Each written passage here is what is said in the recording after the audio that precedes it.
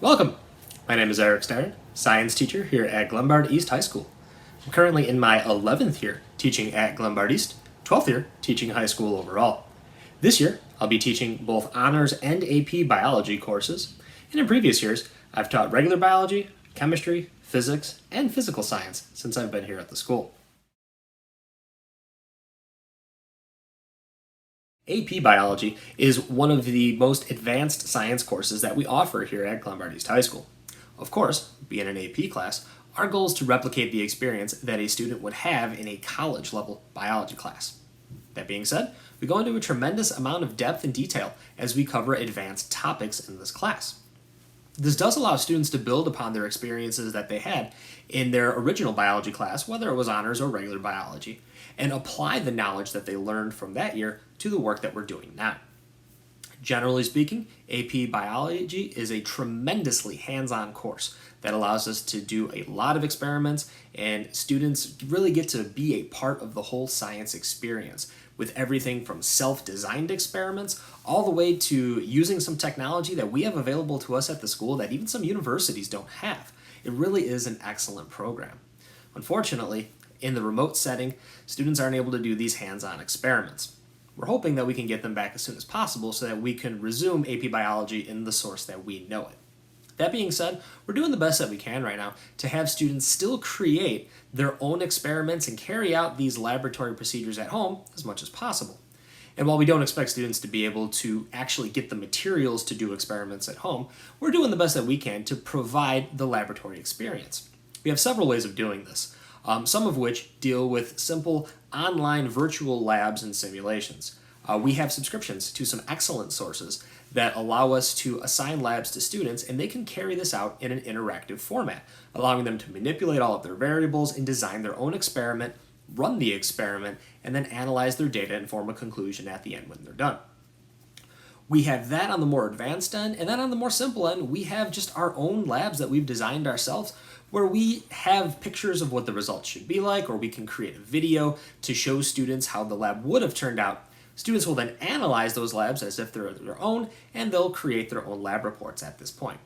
Once again, it's not the same as having that full hands-on experience, but it's certainly much better than sitting on their iPads and filling out worksheets and definitions and things like that. Our goal is to try to give students the most complete AP Biology experience that we possibly can, whether we're remote or in person.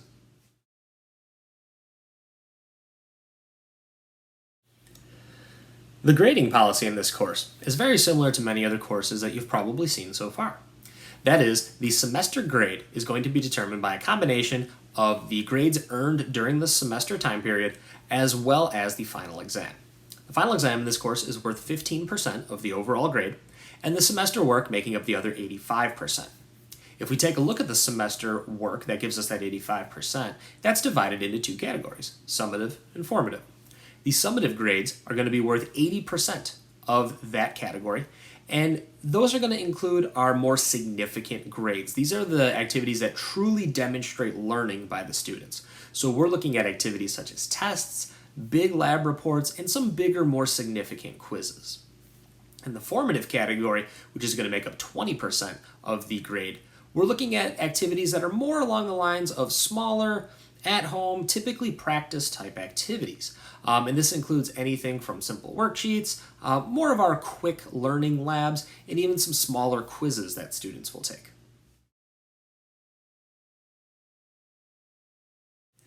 Within the Parent Information folder, you will find the course syllabus that outlines the expectations and details for this course. I would highly encourage you to read through the syllabus in detail so that you're familiar with the way that the course is going to operate throughout this year. Of course, if you have any other questions, there's contact information that can be found in that Parent Information folder as well. I would highly encourage you to contact me by either phone or email if you have any questions. Even though we're not at the school right now to be able to answer my office phone, if you were to call the phone number and leave a voicemail, it does come through to my email anyway, so I'll still be able to receive it if you prefer to make a phone call. That being said, nowadays many people seem to be preferring email, so if you would like to send an email, that email address has been provided for you as well.